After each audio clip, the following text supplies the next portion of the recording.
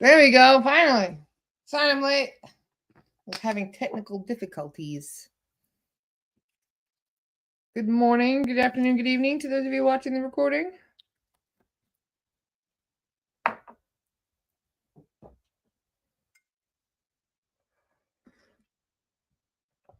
Hello. Sorry I'm fashionably late. Hi, Emma. Hi, Azrael. Sorry I'm late. Hi, Michelle. Nice to see you, darling. Lighten my smudge. It's getting smaller, you guys. You can tell I've been using it a lot. Hi, Lynn. Hi, Lori. Hi, Chantal. Happy Friday. Hi, Connie. Hi, Jessica. Hi, Shreese. Hi, Christine. Hi, Summer. I'm fashionably late today. Sorry about that, you guys. For some reason, I was actually early today, funnily enough. I sat down 5 minutes early, but then my computer took 20 minutes to update itself. Such is life. In fact, it's still updating itself. All kinds of things keep popping up. Stupid thing.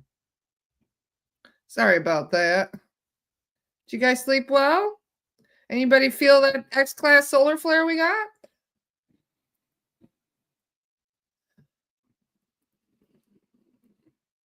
Just doing some smudgery. Giving you guys all the good juju this morning. How is everyone? Patrick is in the house. Nice to see you, Patrick. Hi, Anna. Hi, Jennifer. Hi, Lane. Hi, Donna. Hi, Joanne. Hi, Rhonda. Happy Friday. Hi, Lori. Lori's just waking up, huh? I could not get up this morning for work. Then I saw the flare took place. Yeah, that was quite a doozy of a flare, by the way. Just saying. I'll show you guys what I'm talking about. And by the way, check out that geomag. Woo! You guys been seeing some of the cool solar flare, the aurora flares we've been getting. So you can see the big spike we got today. Look at that guy straight on the left there. That was from this morning. So the auroras are still acting kind of crazy, but not too bad. You might still see some.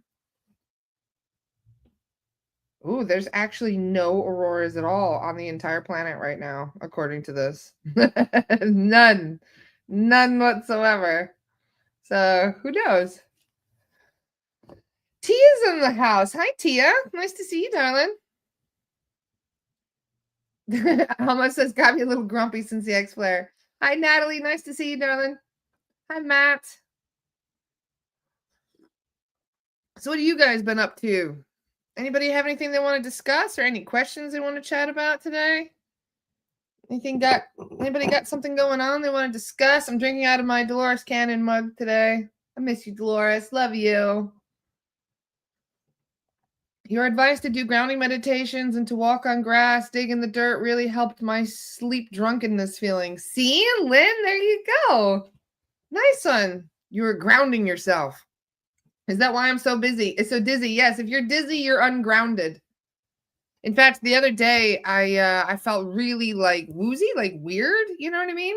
I wouldn't say the other day. It's about a week ago. And I asked my guides when I sat down to do clearings, I'm like, before we begin, can you just tell me what my grounding is at? And they're like, oh, it's at 48%. And I was like, oh, that explains a lot. Because I was not feeling grounded. I was bumping into shit. I kept dropping things. You ever have a day where you pick something up and then your fingers just don't want to grab it and you keep dropping it and then you bend over to pick it up again and you keep dropping it? I dropped something like 4 times in a row. I was like, what the hell is going on with my hands? That's why when you're not grounded, you're not able to work well with your body. End up tripping over your own feet and bumping into shit. If you end up with a lot of bruises for that reason, yeah, that's usually why. Jessica says, my sister is constantly dizzy with headaches and fatigue. Yeah, that's usually a sign of overstimulation in the crown when you're getting a lot of headaches and exhaustion, too much energy coming in. If she's not grounded, that energy has nowhere to go. You're like a big fancy lightning rod.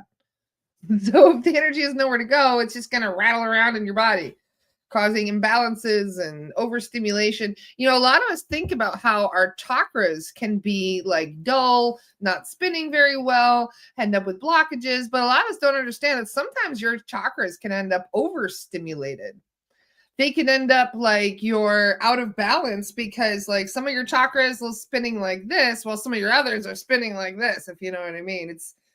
It gives it an imbalance, and when that happens you end up having certain issues that are related to the chakra that is over imbalanced, that is overcompensating. So, and that can also cause all kinds of problems. Chantal says atoms aren't atomizing. I had that 2 days ago. Today I find my energy is not good. Sorry to hear that, Helen.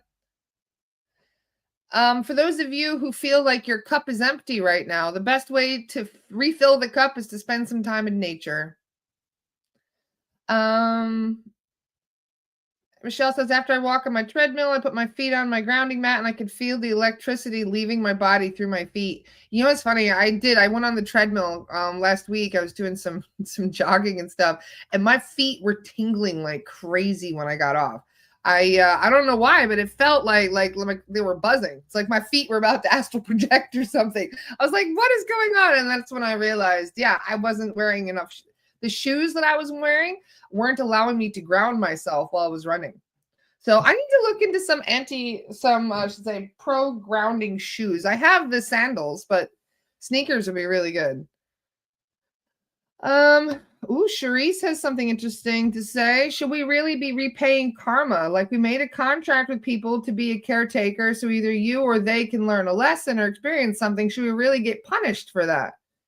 We came here to experience we came here to experience. We've all been everything to learn, to grow. I just don't get karma. Well, the main misunderstanding about karma is that it's not a punishment. Even you just said we should not get a punishment, right? Karma is not a punishment. If it was a punishment, then technically you would not be able to change it, right? Because you can't change a punishment. Let's say if your parents grounded you for a week and you end up, trying to do something really, really nice and make it up to them, maybe you could change their mind. Well, it's kind of not exactly the same way. So nobody forces karma upon you. You bring it to yourself. Karma is basically just unfinished business. So when you have unfinished business, this is the way the universe wants you to work it out. And if you haven't worked it out, then there's something underlying that needs to be accomplished, whether or not that's forgiveness or acceptance or, learning a lesson. There's some lessons. Sometimes setting a boundary is the lesson. Sometimes learning your self-worth is the lesson. Sometimes learning not to take any shit from people is the lesson.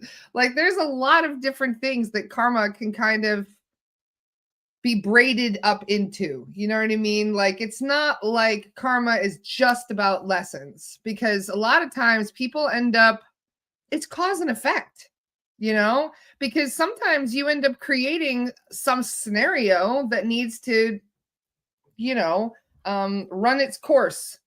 And when that happens, sometimes lessons do end up getting learned this way. But karma is more or less just a call for forgiveness. It's a call for closure. It's a call for, working things out so there's not something in the back of your mindset that's eating away at you. And so, yeah. Chantal says, were you on when they spoke of people killing while under entity influence and still getting karma? Well, that is part of the problem, right? It's because technically you're not getting the karma because you killed somebody. You're getting the karma because you feel bad about doing it, because you blame yourself. The guilt is what creates the karma. It's not the action. In fact, it's crazy, right? That if people don't feel any guilt, if they feel that what they did was justified, there's no fucking karma. That's another crazy thing about this. So if somebody truly feels that they did nothing wrong, maybe there is some kind of cause and effect that may still occur, but karma is different because that is something that you feel you need to still work on a soul level. So this is part of the problem where, a lot of us blame ourselves for things that we aren't even aware is not truly our fault. And that is the problem. That is where the karma comes in. Because if you blame yourself because you don't know it wasn't your fault, then you're giving yourself karma anyway. Does that make sense? So, yeah, karma is never really meant to be a punishment. It's meant to be a way of finishing things. It's a method of completion. But I do agree that it's not cool that we end up guilting ourselves and making ourselves feel that we are responsible when we aren't even aware that we were not truly responsible, that something else circumvented our free will and kind of took our hands into that. Yes, karma is about balance, Lynn. I can agree with that. Finding a balance within things, within emotions. Because if you're carrying baggage, right? Most of us are carrying karma from past lives that we aren't even aware about. And yeah, sometimes it's your higher self that's deeming you that you have things to work on. Like, let's say that you, I don't know, killed a bunch of people in your past life. If that is the case, then your higher self may feel that you need to make a balance or make amends for something like that. So sometimes these things occur just because we are perpetuating a cycle. So it's breaking the cycle that is the real challenge. And there's a lot of cycles that can exist. It's not just karmic cycles. So keep in mind that we also carry karma from our family bloodline too, which is crazy. Almost every single person I check has ancestral karmic contracts. And sometimes they end up carrying all that karma for the family too. I think I told you guys about that one lady that had like 30 contracts because all of her family just said, all right, if you really want the karma, you take it. And she said, yeah, I'll take it. I'll get rid of it for everybody. And she did. Well, to a degree, she did. So this is why, a lot of us end up kind of black sheep in the family too, because there's a lot of other people that are aware of the karma and they just don't want to deal with it. It's a lesson that they still haven't worked out. And when you have star seeds coming in and they see how much baggage is being carried around by the family, sometimes they go, all right, you know what? Let me see how much I can carry for you. So this is another reason why some of you may be coming in here completely karmically clean, but then you come up into a situation where you're clearing karma for others. So that's truly taking one for the team, so to speak, when you're taking karmic contracts on behalf of other people. But sometimes we can clear that better than others can because so many other people are still harboring so much guilt and resentment and feelings of injustice and bitterness. And yeah, all of those things create karma. Any other questions about it?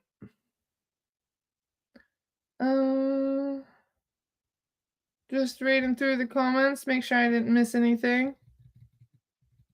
Keep in mind, a lot of the things that are happening right now, a lot of the stuff, especially in the US, like the thing that just happened, I don't want to say too much, but the thing that just happened in New Orleans, for example, these things I almost always, I guarantee, has some kind of level 3 involvement, some kind of extraterrestrial involvement, or it could be some kind of cabal involvement. But either way, there's always something that is kind of goading people into doing something really awful.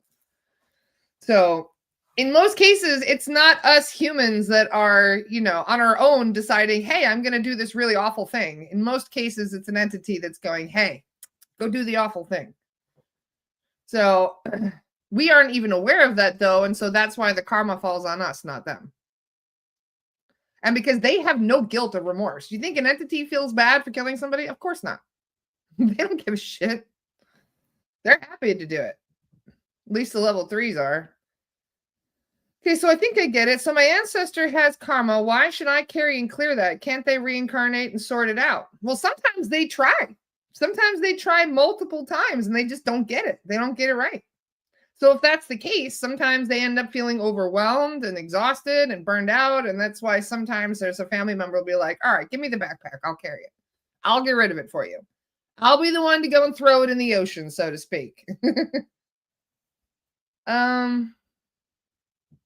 Laura, do you know where the stories of Solomon originated from? Is it all made up? No.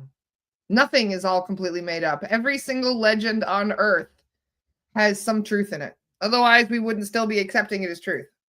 No, Solomon is definitely real. In fact, For those of you who aren't aware, there's a whole lot of demonic stuff back in that time. The bunch of information about mysticism came out during that time. So this was one of the most powerful times for magic on this planet.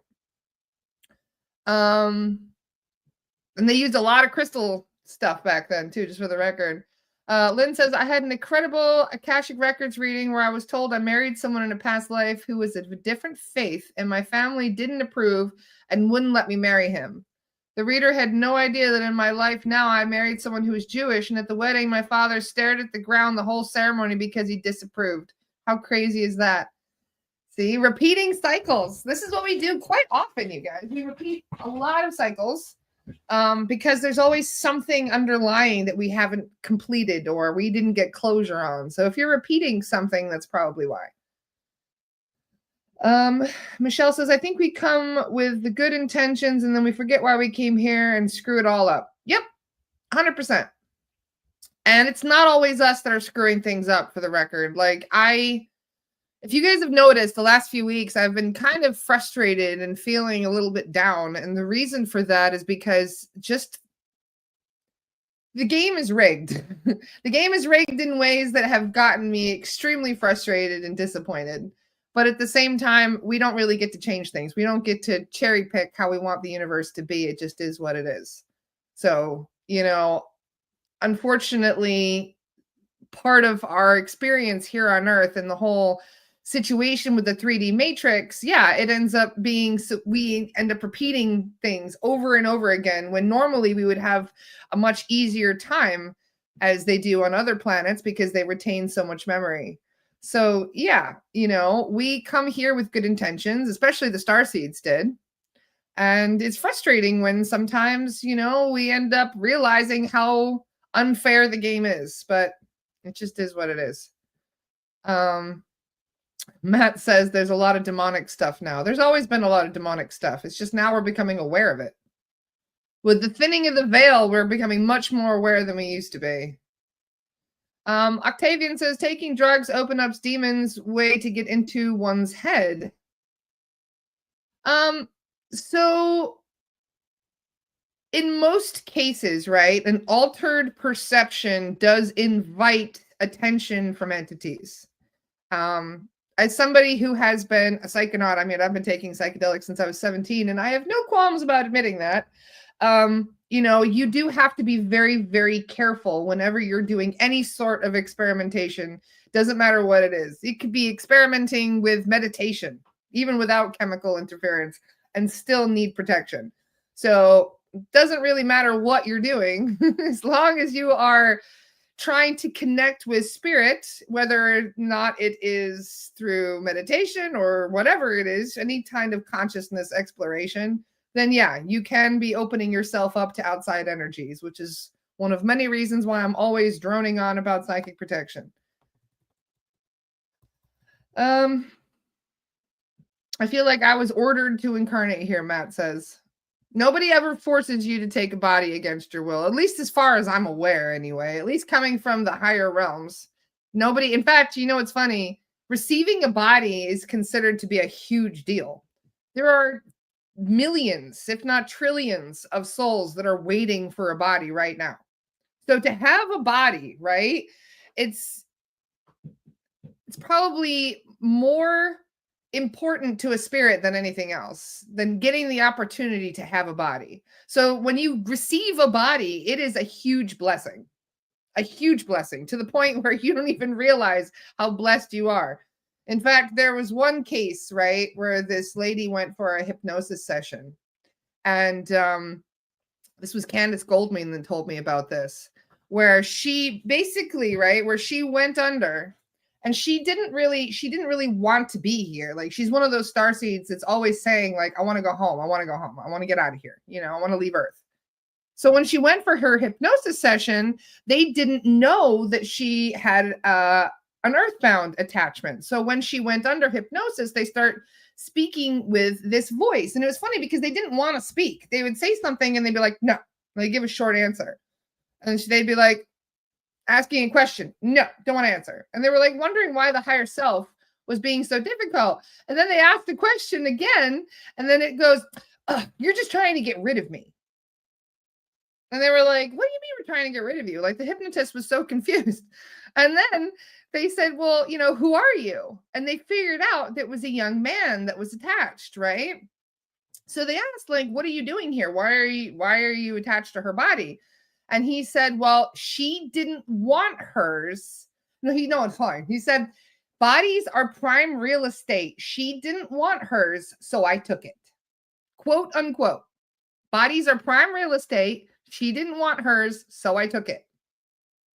That is the attitude of these, beings. When you no longer have a body, when you see an opportunity to take one, this is what they do. They're like, all right, give me a body. Even if, what's crazy, right? The person, the earthbound that said this, I should say the hypnotist started asking, like, where are you? What is this? Who are you? Trying to figure out whether or not it was an entity, an earthbound, etc. And they found out it was indeed an earthbound. It was a 19-year-old boy that had taken his own life. So a 19-year-old suicide victim was attached to this other woman and claiming her body as his own. Blows my mind, right? The fact that he didn't want his originally, so he gave his up, and then somebody else who had the same resonance, had the same vibration of, oh, I don't really want to be here, she stepped back and let him take over. So, I mean, it just goes to show, like, we have so much to be thankful for. We really do. And to have a body, you have no idea how truly blessed you are. So receiving a body is a gift. One that that I'm far aware of, has never been forced upon anybody. So I'm just reading to the comments. I think the veil is gone. If that was the case, Matt, then you would be seeing entities everywhere you look. You'd be seeing a succubus walking down the road. You'd be seeing reptilians hanging out in the shops. So you would know if the veil was gone. Okay, trust me. The astral is full. All right, you could not go anywhere without bumping into some sort of entity or some sort of earthbound. They're absolutely everywhere. In fact, whenever I do a clearing and I say, are there any earthbounds in the vicinity? And the guides say no, I'm like, go on, look a little further. Expand your search a little more. Like, there's may not be one in the house or attached to the client, but check around the perimeter of the property. And every single time we say that, they're like, oh yeah, okay, there's one. Every time. So there's always an earthbound around, always. I don't care if you live in Timbuktu, there's going to be an earthbound very close by. Absolutely everywhere.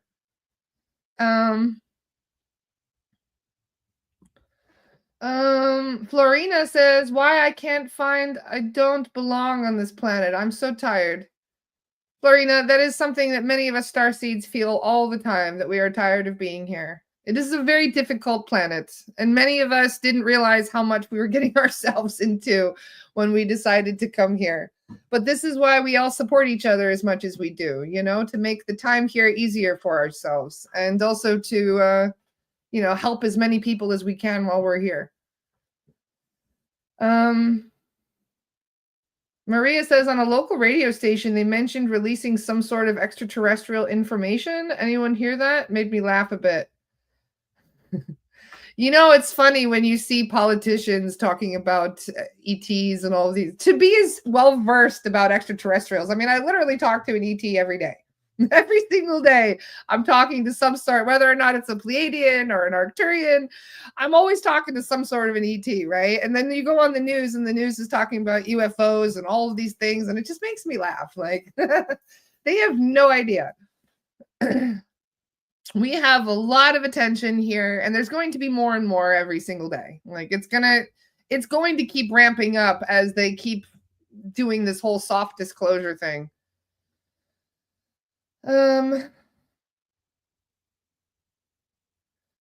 Mental illness, attachments. Yes. That guy in Louisiana, all of the people that do those things have attachments.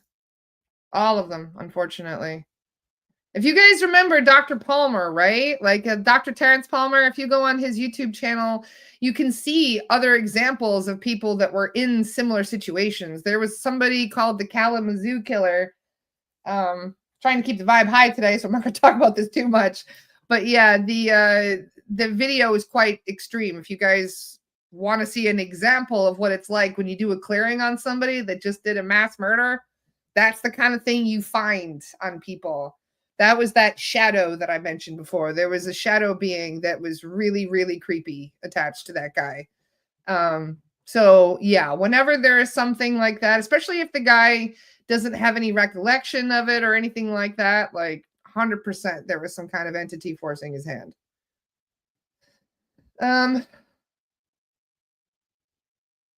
Gabriella says, wait, so those that take over get the best of both worlds, have a body, and they don't forget all the things humans were made to forget. In the situation of what we call body snatchers, right? When the original vessel chooses to leave and another being, I should say the choosing vessel, the original soul chooses to leave the vessel and another soul chooses to come in. In most cases, those are actually positive situations. They're what we call walk-ins, right? So a walk-in is somebody that is originally decided to leave. So that's technically you get a walk out. So one soul says, I don't want this anymore. I'm done with the body. I don't need to be here. I'm just done. Clap. So they have left, right? And rather than the body going to waste, a new soul can jump in. And when that happens, walk-ins tend to usually have some kind of an extreme situation. Like it's not just you wake up a different person one day. Sometimes it happens through a suicide attempt. Sometimes it happens due to an accident, be it a big bump on the head kind of thing. Sometimes it happens from a medical standpoint where you go into some kind of chemically induced coma. Sometimes it happens with just a regular old coma, like a coma where you end up just waking up a different person, different attitude, different perception. Sometimes people even wake up with different accents and things from this. So when this occurs, it's a bit more obvious, that it's a walk-in. And yes, Bradley's brother is a walk-in. A future version of himself came here to help heal his timeline because this is the most important one for him to heal.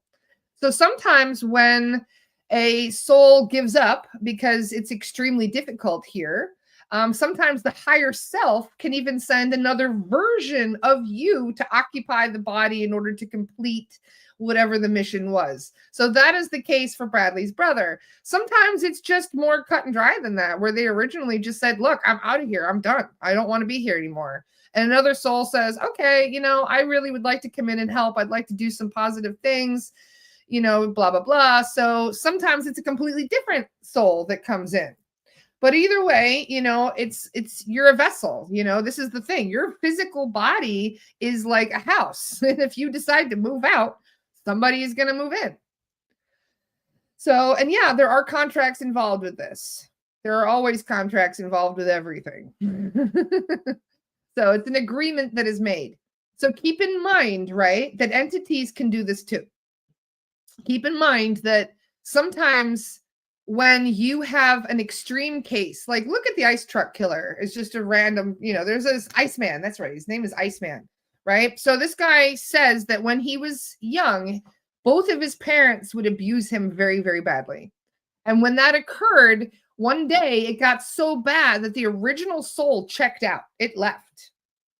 And when it left, whatever entity was goading the parents into abusing the child, that is the entity that jumped into the body.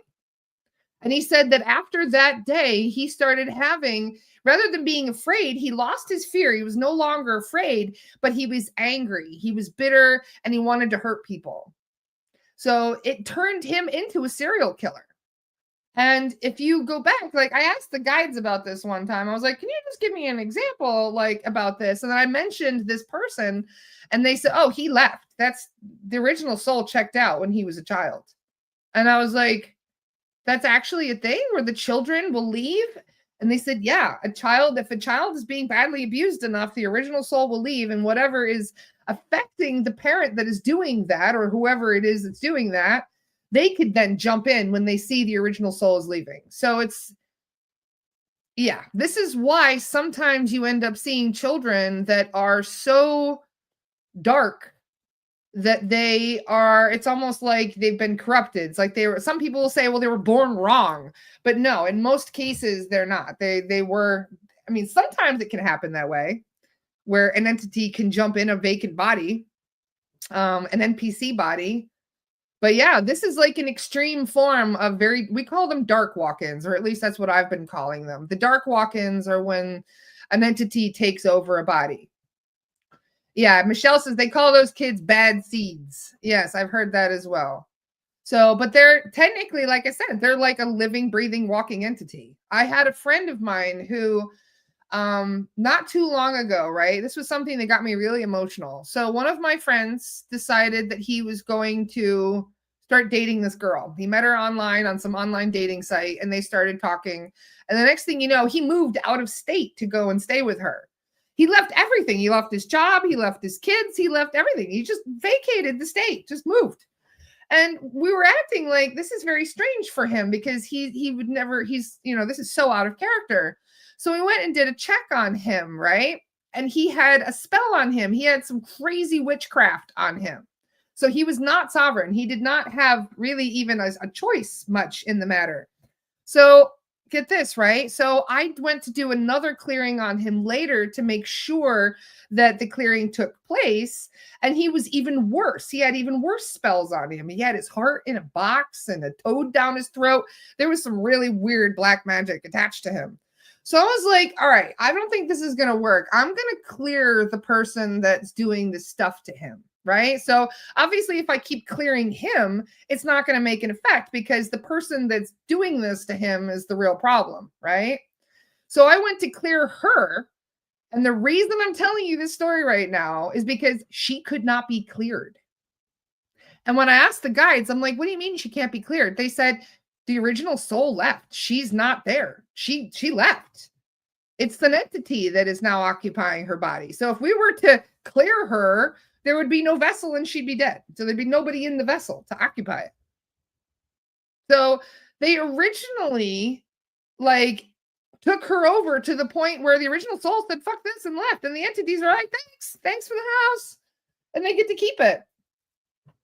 So, I mean, I was like blown away. And now my friend, get this, right? They did break up and he finally got away from her. But guess what had to get to the point? She tried to kill him. He literally woke up in the middle of the night with her standing over him like, ring, ring, like, and he was like, all right, I'm done. I'm out. That was the kicker to get him to leave. So he nearly died. That person would have killed him if he had stuck around. That entity that had taken her over. And get this, right? She doesn't even know. Like there's times where she tells him like, no, you have to leave. I can't stop myself from hurting you. That's what she told him. No, you have to leave. I can't stop myself. I have no control over what I'm feeling and doing.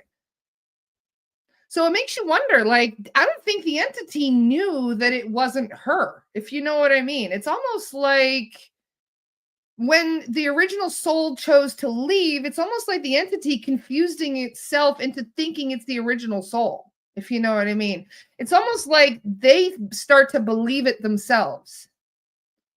And it makes me wonder, like, I'm not so sure about how it works with other entities and how they walk in. Because if you guys remember, I'm not going to say his name, but if you remember, like a year and a half ago when when I went to that event and there was a guy that was a reptilian walk-in, claimed to be a reptilian walk-in, right? And so I went and checked with the guides. I went and asked Chen, like, can you check this guy and see if this is legit? And he goes, oh yeah, original soul left. That is a reptilian in a human body. And I was like, oh my God. And I don't know why, but I felt like I wanted to go and talk to him. So I went and talked to him and like confronted him about what he was doing. And he straight up told me, like, I have no memory of myself before age 22. That was when the reptilian came in and took the body. So apparently he told me that you can choose to retain your human memories or your reptilian memories. And he told me he chose to retain the reptilian memories. So all memory before that attachment came in his early 20s, all gone. All that memory is gone. But all the other memory he has The memory of being a reptilian, because he was one before he decided to snatch the body, he was able to retain. And you could see that about himself. Like, that's one of the reasons why he was so motivated to. I mean, he spent $3,000 on a table just to give away a free ebook. $3,000 to give away an ebook. And it makes you wonder, like, what is he getting from people watching or reading that ebook? Like, So, yeah, it just goes to show, like, there's always some kind of weird body snatching thing going on this planet. And I imagine a lot of the people who are doing the most awful things, like such as those mass shootings, are probably one of those. Either that or there's some kind of Manchurian candidate who got brainwashed. Those are very common too. So, if you guys notice, like, this is part of the reason why I've been so frustrated lately, because this is why I say this bullshit game is rigged.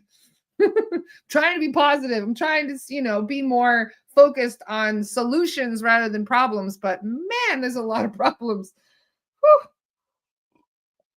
So Karen says, maybe that's what's wrong with my sister. You'd be surprised. These things are quite rare. This is not a common problem. In most cases, it's trauma that ends up making people act like entities rather than actually entities being the walk-in. But like I said, those mass shootings and things, those are extreme cases. And obviously those are being used for political shit as well. So that is why, Ariana, my money is on MK Ultra. Yep. Totally. But then again, MK Ultra, if you think about it, right? Oh, wow. I just got goosebumps actually thinking about this. I bet you that a lot of that is also entity related. I think it's a blending of both the science and the metaphysics. So it would not be surprising if the people who were also brainwashed are also dealing with attachments. Omar says, what's your take on the Antichrist? If you guys read the book that Dolores wrote about Nostradamus, there's 3 of them. So I've told people this. Dolores wrote 23 books. I've read 21 of them. The only 2 I have not read were Nostradamus 2 and 3, and that is because I could not stomach Nostradamus 1. It took me forever to get through it. And I haven't validated this or not, but I'm pretty sure that the person that Dolores thought she was talking to was not actually Nostradamus. I think that they were actually trying to make it seem like it was Nostradamus, but I believe she was actually talking to an entity that was pretending to be. Because that whole thing, I didn't resonate with anything in that book. Anybody else also feel the same way? Anybody else read Nostradamus? I did not like it for some reason. It's just, no, it didn't resonate with me at all. Some of you may think differently. That's entirely cool. But like I said, she talks about the Antichrist a lot in that book. And I don't resonate with it. We got to talk to that Dr. Scott about that sometime.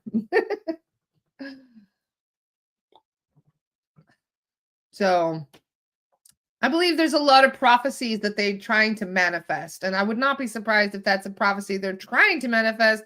But all prophecies are self-fulfilling. You create something and then you talk about it and you're trying to manifest it in reality. I read the 3 books, didn't really enjoy them either. Thank you, Summer, for validating that for me. Because for some reason, I adored every single one of Dolores's books. I really did. I love her so much. I mean, like, between Death and Life and The Convoluted Universe and The 3 Waves of Volunteers, those books changed my life. And I read them cover to cover so many times. Even listened to the audiobook while I was driving so many times. Some of those books are probably some of the best books you'll ever read. Nostradamus was awful. No. Bradley says all 3 were pretty negative and fear-based. Exactly. I don't know why. I saw someone channel Dolores and she said we changed timelines many times, which is why the Nostradamus book didn't come true. Well, as you have been aware with the whole Chen premonition and things haven't happened there either, sometimes when you talk about things, rather than manifesting it, you pivot from it. So I've always tried to take future premonitions with a grain of salt, even though I'm very glad for the warning. I'd rather be prepared than not. I still, like I said, I find it very hard to accept future premonitions because everything is so fluid. It changes timelines so freaking often. In fact, according to Bashar, you're changing timelines every minute of every day. The only reason it seems like time is even passing is because we are shifting parallel realities at all times. So if you weren't shifting timelines from moment to moment as you're, just waving your hand even, you would not be moving. You would actually be frozen in time. So they say it is the shifting between parallel realities that even gives us the illusion of time passing, which is crazy. Jessica says, I just got my dad the Between Death and Life book. Hope it helps. He is suffering so much from grief. Anybody that is suffering from grief, I highly recommend Between Death and Life. Sending your dad some love, Jessica. Between Death and Life is an extremely good book. And you know what else is really good? Journey of Souls by Michael Newton. Anybody that is dealing with grief, Journey of Souls is on par with Between Death and Life. Phenomenal book, really. Good morning, Gail. Nice to see you. So, and Billy Fingers, The Afterlife of Billy Fingers. Oh, Michelle, I love that book. Have you guys ever read that book, The Afterlife of Billy Fingers? Phenomenal book. It's about a sister who lost her brother, and she connected with him through spirit. And I don't want to ruin it. It's just a beautiful, very powerful book. So, The Afterlife of Billy Fingers. Suzanne Spooner recommended that to me, and I read it, and I was like, oh my God, Suzanne. I thanked her profusely for telling me about that book. Yes, best book for grief. Phenomenal book. Yep. I recently learned that focusing on present moment, allowing each moment versus future prophecy.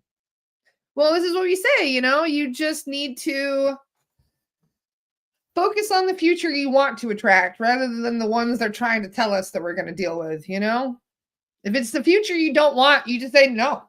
No. Not in my timeline. Have you validated Michael Newton with the guides? No. But then again, honestly, his book resonates so much. So much of what I've read in that book, I've found to be true when I'm doing Lost Soul Rescue. So, no, he kind of validated himself through just doing the But also keep in mind that nobody's book has all of the information. All right. This is one of the things I had to learn through Dolores because I got cocky, right? Working for the Dolores Cannon page. I just assumed that I knew everything because I read 21 of her books. I'm like, oh no, I've got all this information down. There's nothing left to really learn about the afterlife. And then I found out that I know maybe 2%. Maybe 1% even, considering how much we learn. And part of the reason for that, I think that a lot of times the authors don't go into some of this stuff is because they don't want to be negative. They don't want to talk about the scary shit. They don't want to talk about the negative things. So a lot of things get left out conveniently, or I should say inconveniently, because I'm trying to see the bigger picture here. I'm not trying to, it's almost like you're dealing with this monumental puzzle, right? And yet you can't even see what the greater picture is because everything is so small, fine detailed, And then when you're trying to put all these pieces together, you start to notice there's a lot of pieces missing. And you're like, okay, this is why I can't see the bigger picture here. I don't have all the pieces. So then you start falling down rabbit holes and start learning more about all these things. Then you end up realizing there's a billion more pieces part of the equation that you don't even have access to. So all you can really do is start organizing one little corner of the puzzle and try and find pieces. And every time you get a new piece, you bring it and you put it back into the picture you're developing. So this is what I've been doing over the last few years, where I'm just trying to piece together this greater understanding of all of these different aspects in regards to reincarnation. And the craziest thing about it, right? The more I do lost soul rescues, the more I help just earthbounds, right? There's when you're doing a protocol clearing, there's 30 things we check for. Just one aspect of those 30 things, such as checking earthbounds, you could do as a career in itself. You could have a career in just assisting people with thought forms. You could have a career that is just assisting people with soul fragmentation. That is how big all of this is. Just studying one aspect of soul fragmentation, you could spend the rest of your life doing it. That is how crazy big that just one topic, one aspect of the clearing is, right? An entire rest of your lifetime just studying soul fragmentation. You could spend the rest of your lifetime just studying contracts, right? Like, it's wild how many different things that we are seeing, like maybe like 1%, maybe even less than 1% of the true of all the encompassing information that exists. So my point is, a lot of us are still learning, and who knows what aspects of this work is going to excite you the most, and which aspects are going to feel like you are fulfilling your vocation that you chose here to do. So part of me now, in my motivation, especially after finding cases like that poor girl, for those of you who don't even know who I'm talking about, the young lady I mentioned on the podcast Wednesday, the one that was murdered with a speaker wire and buried under a house and was still under the house since 2006. Hearing cases like that really motivates me to do more lost soul rescue. Because if you think about it, right, there are so many people who are living that are dealing with trauma, but those who are deceased, they don't have the backup that the living have. They don't have soul guides that are looking out for them. As soon as you're dead, your soul guides leave. So there's a lot of stuff that, like I said, just one aspect of what we do as a clearing, you could take in a whole new level. And none of this was mentioned in Dolores's books or Michael Newton's books. So why? Like Michael Newton talks about what happens when you're fully crossed over, but now I'm starting to realize there's a lot that happens before you're fully crossed over. You could spend a year in limbo just going through the healing process. And this is after you've already entered the light, for the record, right? You enter the light and you think of it as just a portal, right? Where you, oh, look at this, I'm in heaven now. No, in many cases, it sends you to another waiting room or another area, and your vibration and healing occurs there. And then you go to another area with vibration and healing. So it's just, oh my gosh, it's so complicated. You think that it's like the fine print, you know what I mean? It's like this, but it's fine print. It's like a book like that. It's crazy. So yeah, this is one of the reasons why, like, part of my excitement in this work is actually helping people who are already deceased. Making sure that they do clearings too, because you can do clearings on the deceased. You can help them by clearing cords, you can clear contracts, you can clear curses, you can clear a whole bunch of stuff to give people a fresh slate, so to speak, when they take their new body. So some people end up perpetuating cycles. Like there's a couple people where I'll be like, oh, are there any past life resonances that need to be cleared? And they'll be like, oh yeah, she's got 10 of them. And I'll be like, 10 past life resonances? I'll be like, all right, what's the root lifetime? And they'll be like, oh, it was a trauma, blah, blah, blah, right? It's, let's say that you were imprisoned for something like, I don't know, witchcraft, right? And then you have 10 other lifetimes with the same theme, where you end up being abused for witchcraft or being called, blah, blah, blah, or being persecuted for something, where you end up repeating the same cycles. So once you go and clear those karmic contracts and you end up cutting the cords for them and helping them, they can clear all that stuff and move on. So even if, dealing with demonic entities and extraterrestrials and all the shit does not appeal to you, there's a lot of other aspects of healing that are really important when it's in regards to clearings and the kind of work that we do. So maybe you'd be helpful in, helping people deal with their past life trauma. For those of you who are interested in hypnosis, that is what you're already doing. You're already technically clearing past life resonances for people. So past life trauma is a huge factor. In fact, most of the time when somebody's got some kind of a phobia or some kind of a really bad lifelong illness, it's a past life trigger. It's a past life baggage that they're carrying into this life. So you'd be surprised how much you can change people's lives just by clearing the bullshit from their past lives. So another reason why hypnosis is so important. So anyway, I'm realizing it's after 11 already, and I have meetings I am going to be late for if I do not run now. I have a meeting now, and then I have training with Katie today I'm very excited about. Katie and I are already doing online training for SRT. And if you guys are interested, please feel free to contact Katie. She's the one that's kind of organizing things right now. So Confident Soul Katie on Facebook, if you guys are interested in joining us for training.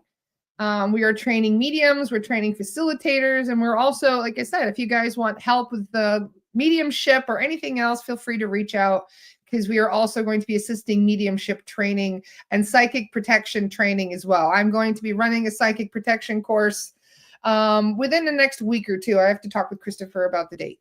So I'll be promoting that over the weekend. So I love you guys. I hope you have a magical day, and I look forward to seeing you guys on Monday. Have a great weekend. See you soon. Bye.